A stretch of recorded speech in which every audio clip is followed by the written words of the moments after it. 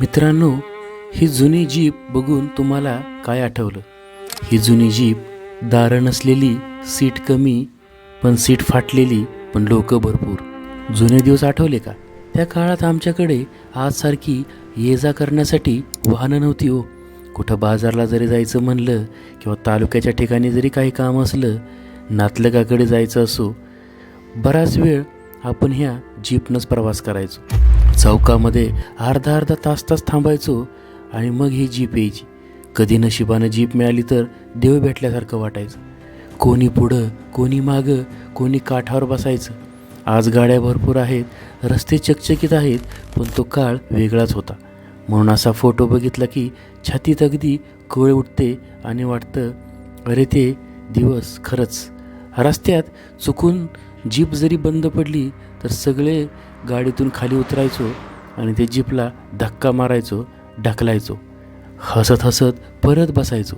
आजच्या पोरांना हे बघून वाटेल काय हाल होते तेव्हा, पण ते हाल नव्हते रे.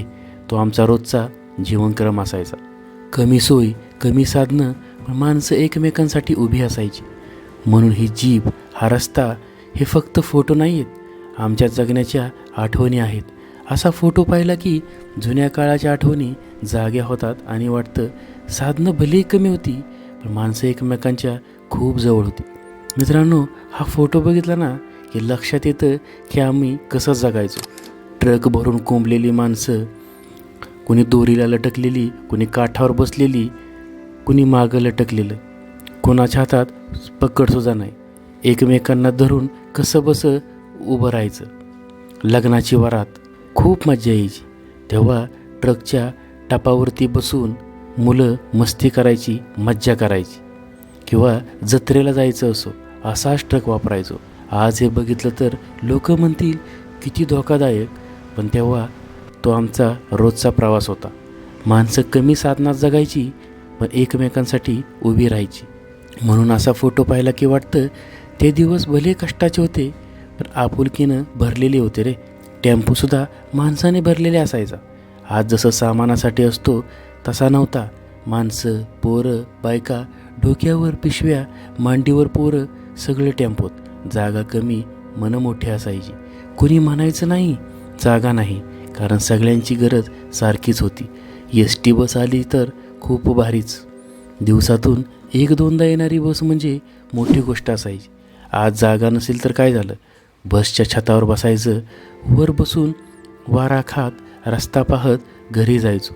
घरी येऊन अभिमानानं सांगायचं, आज मी बसच्या टपावर बसून आलो आहे. आज ऐकायला भीतीदायक वाटेल, पण तेव्हा तेच आमचं जगणं होतं. तेव्हा रस्ते नव्हते, सोयी नव्हत्या, पण माणसं होती रे. कोणी दमलं तर थांबायचो, कोणी मागं राहिलं तर वाट पाहायचो. आज गाड्या आहेत, पण तो काळच नाही. मनं भरलेली होती. आज आठवलं की डोळे आपोआप ओले होतात आणि वाटतं परत एकदा तो काळ यावा. मित्रांनो, कुणी हा काळ अनुभवला त्यांनी कमेंट बॉक्समध्ये कमेंट नक्की करा. आणि तुम्ही जर चॅनलवरती जर नवीन असाल तर चॅनलला सबस्क्राईब, व्हिडिओला लाईक नक्की करा. भेटूया नेक्स्ट व्हिडिओमध्ये. तोपर्यंत धन्यवाद.